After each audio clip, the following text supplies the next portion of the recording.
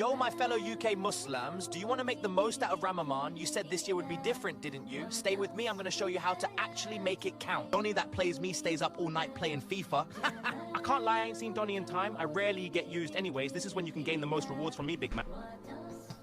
Oi, you don't be tempted to break your fast on purpose, otherwise there is a heavy penalty to pay. Yo, family break your fast with me. I am the son of the Prophet, and also have me at Suhoor to have energy throughout your fast. Yeah, man, and it's your boy Zakat Makat. Make sure you keep some money aside for charity. Your reward is increased significantly in the month of Ramadan.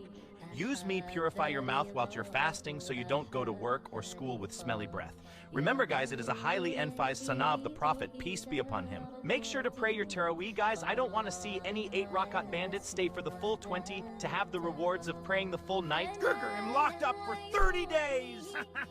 When Ramadan begins, the gates of paradise are opened and the gates of hell are closed. Alhamdulillah, alhamdulillah, alhamdulillah.